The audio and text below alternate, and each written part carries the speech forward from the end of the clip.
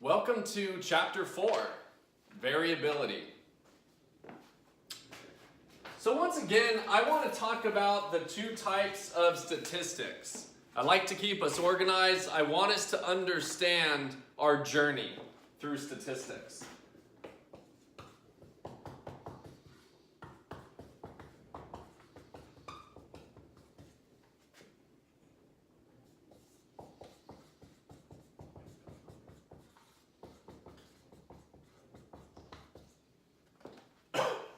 So the first type is descriptive statistics.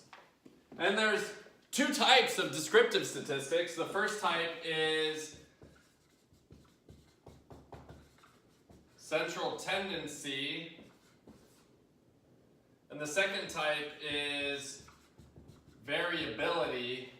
And then I always couch frequencies related to these.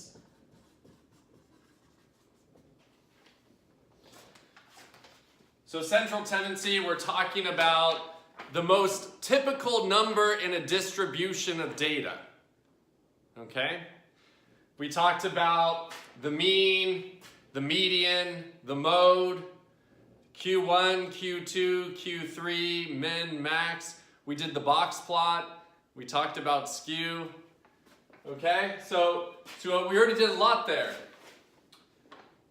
Variability is talking about the spread of the distribution. So let's talk about that. What are we adding here? So let me write down where we've been. So we did the mean, the median, which would be the Q2. We also talked about the Q1, the Q3. We talked about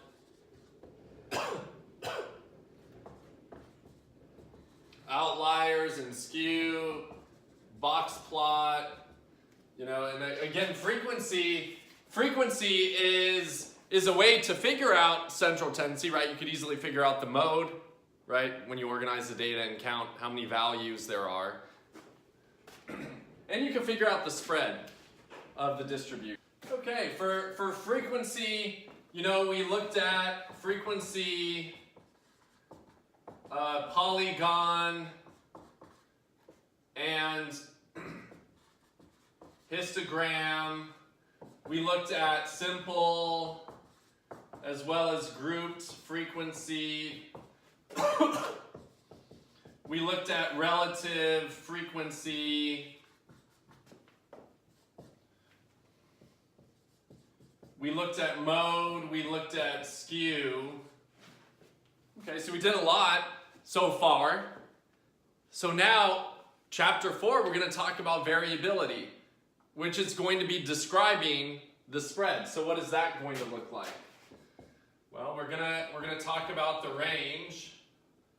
We're going to talk about the IQR, which is the interquartile range, and that's something we actually brought up in Chapter 3 when we were talking about central tendency, because we needed the IQR in order to identify outliers.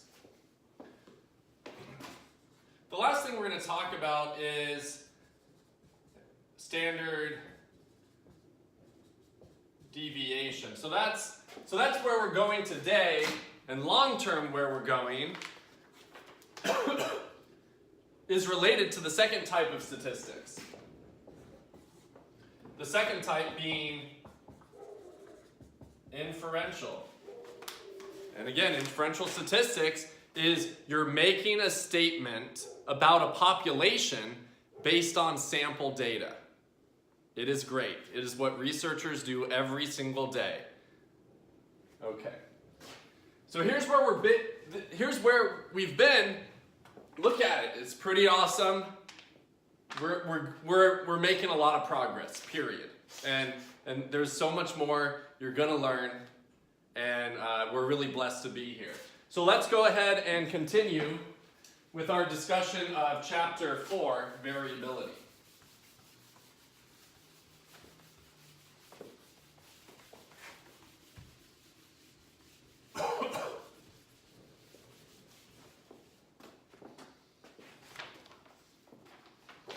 Okay, so we're dealing with the same data set that we dealt with in Chapter 3.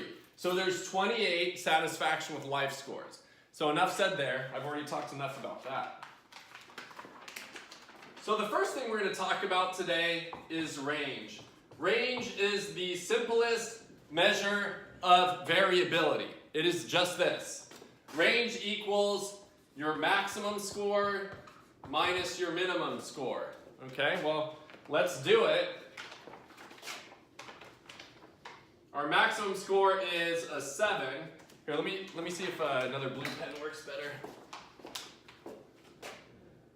Yeah, there you go. There's some nice color. Our maximum score is a 7, and our minimum score is a 1.4. So we're going to get a range of 5.6.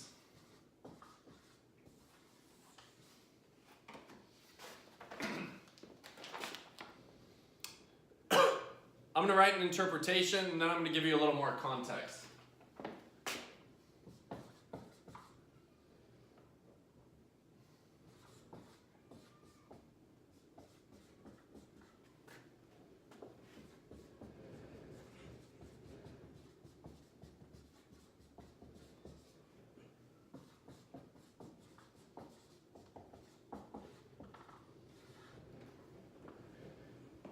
So the range of 100% of the distribution of data is 5.6. So that's just the interpretation you're going to have. Now I'm going to give you a little context. It is very possible that our minimum score could be a 5.6 and our maximum score is a 7. So what if, here's another what if situation. So what if our min was, I think I said 5.6, so we're just going to go with that. And our max is a 7. So now let's go ahead and calculate the range. So range equals the max, which is 7, minus 5.6. That's going to give you what? It's going to give you 1.4, right? So in this case, the range would be equal to 1.4. Well, what do you notice? The range is a lot smaller. Okay, so this is very telling. Okay? Our data set has more variability, okay, than this other hypothetical data set because its range of values is 5.6, okay, as compared to 1.4. So the greater the range, the greater the variability or spread of the distribution of scores. Okay. So that's range. The next thing we're going to go over is our interquartile range.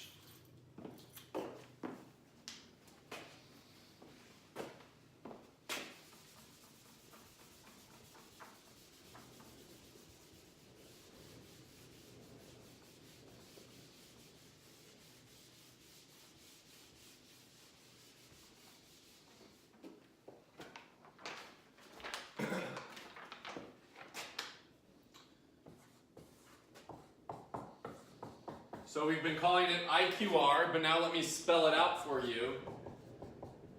Interquartile range. Okay. So the interquartile range is very similar to the range in that it looks like this. IQR is equal to the Q3 minus the Q1. Well, you can get the Q3 and the Q1 from the previous lecture, but let me just tell you what they are. And it looks like our Q3 was 6, and our Q1 was 4.2. So 6 minus 4.2 is going to give you an IQR of 1.8. So now let me do the interpretation for this.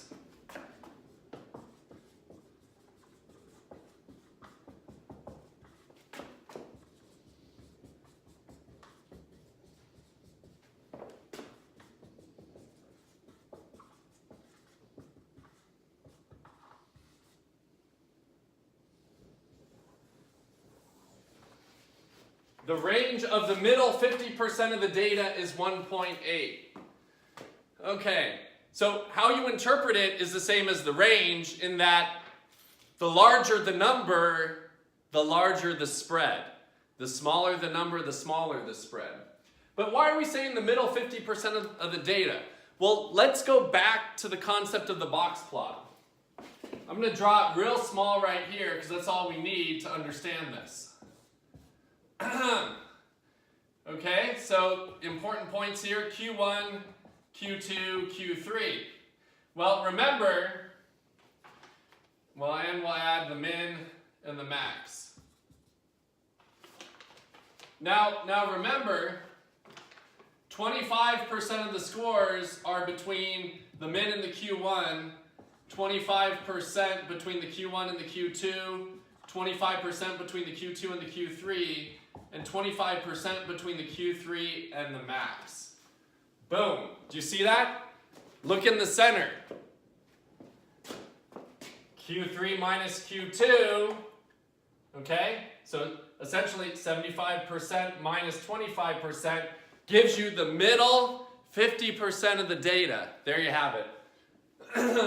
And remember, for the range, I said the range of 100% of the data. Well, because the max minus the min is encapsulating 100% of the data. Okay. Cool.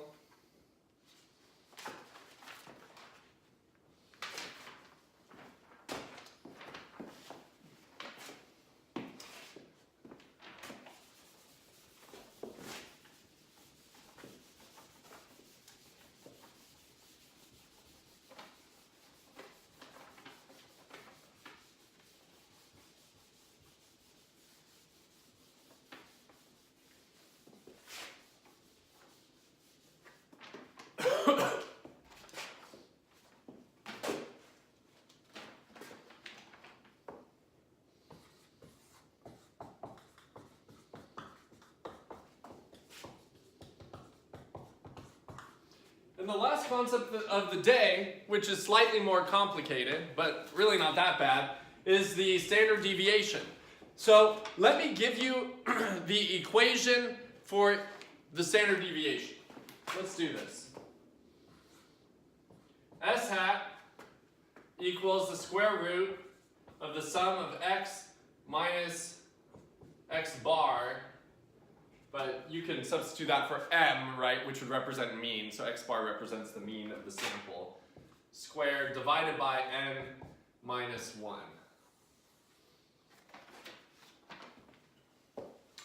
Okay.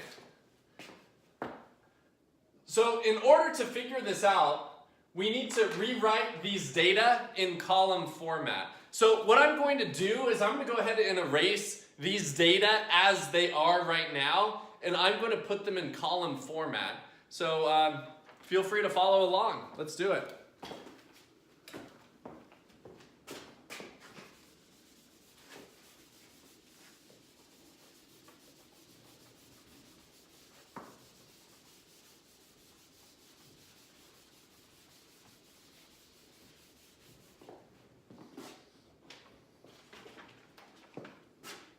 Okay, we'll have one column that's x. X just means a variable, a raw score. So in this case, x would be the raw scores of the satisfaction with life distribution, which is what we're working with. Then I'm going to have a column that's going to say x minus the mean. Then I'm going to have a column that's going to say x minus the mean squared. So what's probably going to happen, just because my board is not long enough, I might have two columns. You're just going to have one column going all the way down the page, all 28 scores. I might have to break it up into 14 and 14. But let's see how it works out.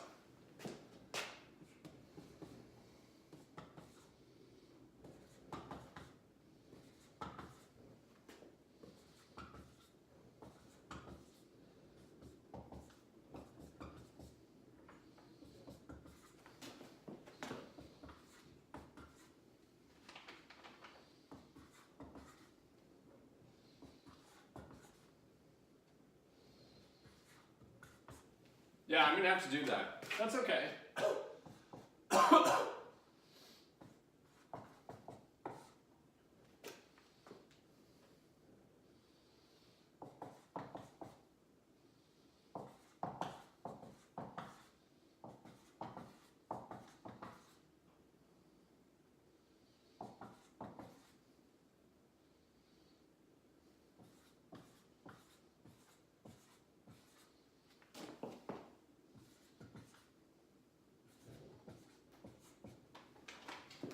Okay, let's verify. 1.4, 1.6, 3.4, 3.6, 3.8, 3.8, 4.2, 4.4, 4.6, 5, 5, 5.2, 5.2, 5.4, 5.4, 5.6, 5.6, 3, 5.8, 5, right?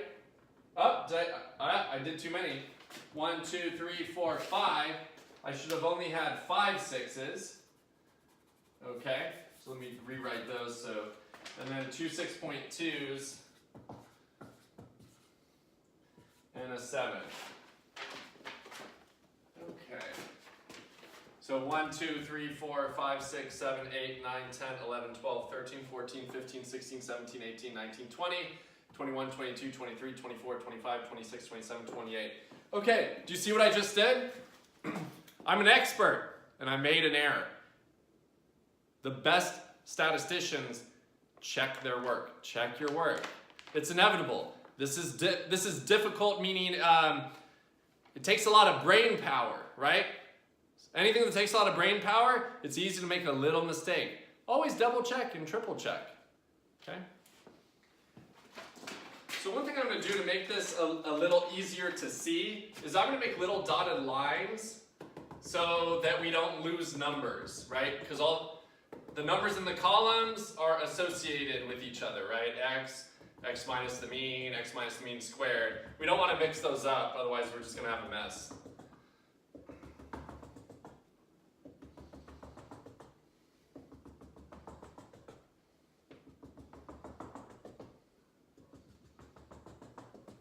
Okay, let me add in the other columns here. So I just did X underscore CONT for X continued. So we'll just do X minus the mean squared. Okay, perfect. I'm going to go ahead and add in those additional lines now. Okay, we're looking good. This is going to be great.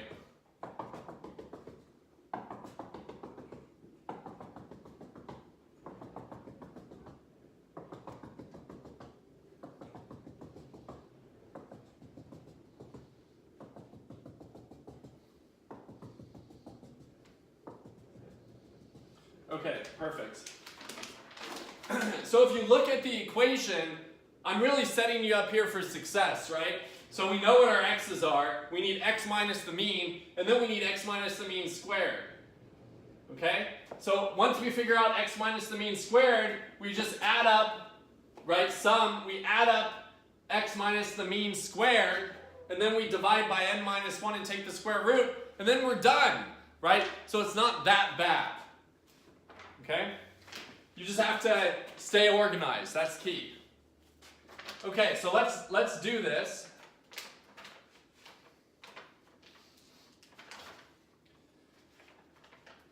So what I'm going to do right now is I'm subtracting the mean from each of these scores. Do you remember what the mean was? We found the mean to be 5. Right? This was from chapter 3, Central Tendencies. We found the mean to be 5. So each of these numbers minus 5, right? So 1.4 minus 5 is a negative 3.6. 1.6 minus 5 is negative 3.4. 3.4 minus 5 is negative 1.6, and so on. So go ahead and do this on your own, and then you can look up and see if you're getting the answers that I'm getting.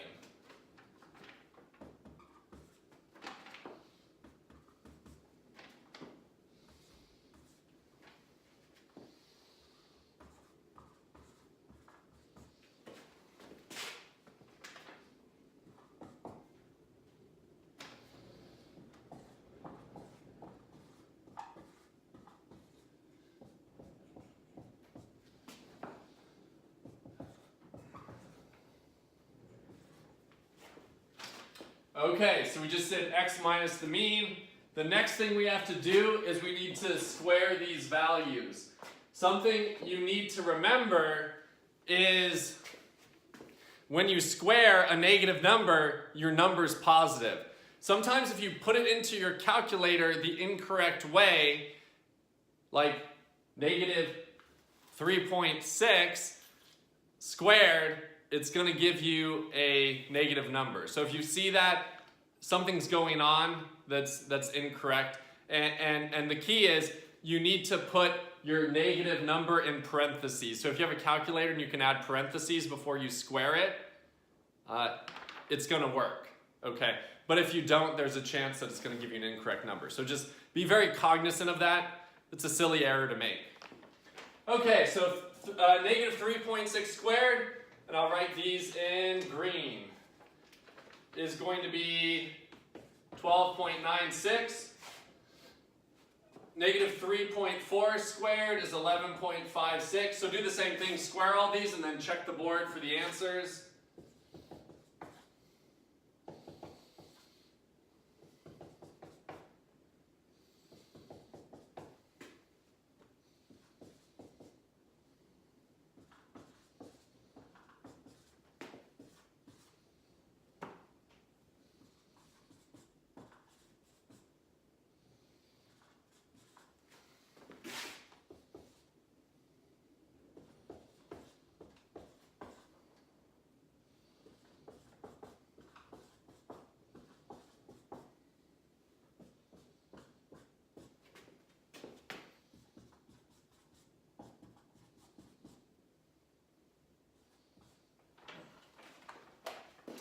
So here you go.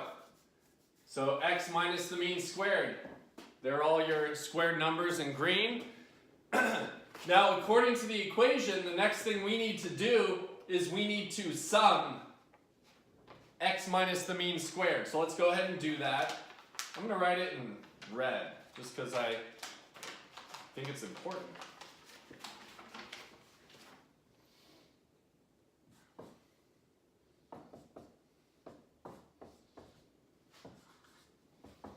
The sum of x minus the mean squared. So now add up all of these numbers in green and you should get 48.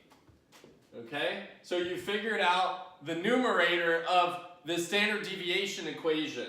It is 48. So let's add that in. So we have S hat. Let me find another black marker.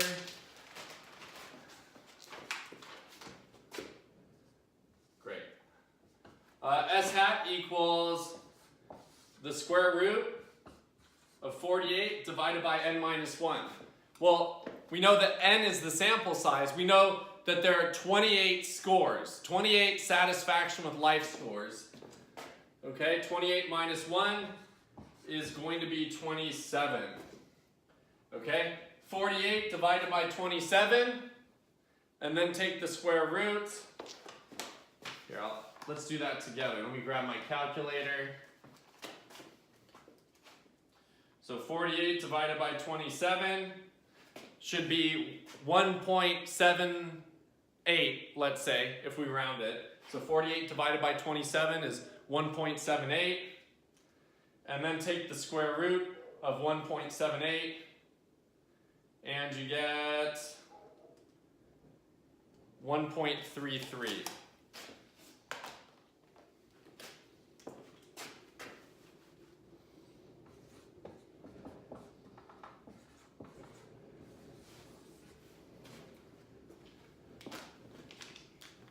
So what's going on here with standard deviation? To me, the most important part of standard deviation is the concept of deviation score. So let's talk about that for a second.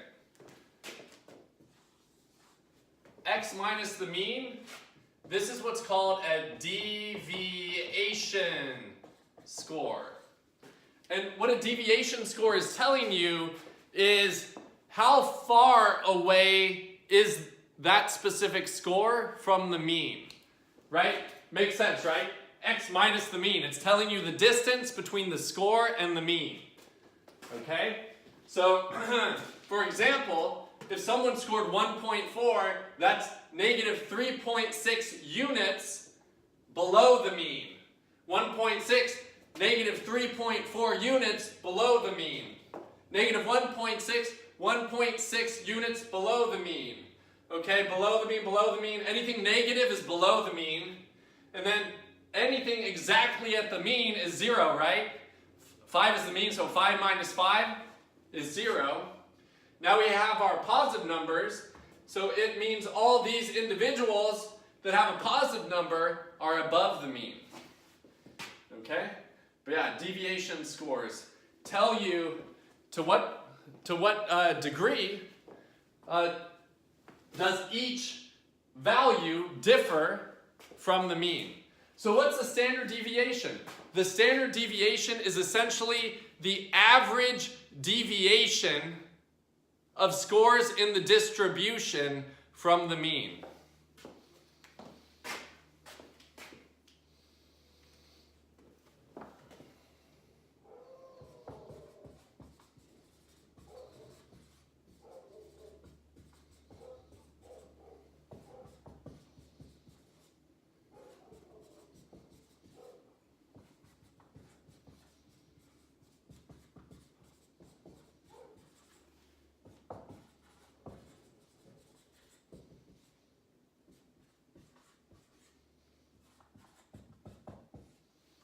The average deviation of scores in the distribution from the mean is 1.33 units. Okay, so how do we compare standard deviations?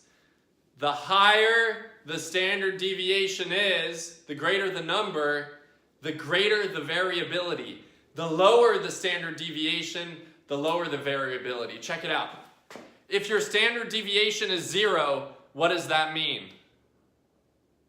It means every single score is at the mean. If your standard deviation is 0, it would mean every single score, every single x is 5. Okay? So that's all I have for variability, chapter 4. It's a short lecture. Thank God. All right, let's go ahead and pray. Dear Heavenly Father, thank you so much for this day. Thank you for everything you give us. It is so awesome just to look around and look at the technology, look at the weather, look at everything that's going on in our lives. It's amazing that we're able to talk, we're able to walk. God, thank you for giving us this amazing opportunity to live. Lord, give us the wisdom to connect to you, to ask you, Lord, what is your plan for me on this earth?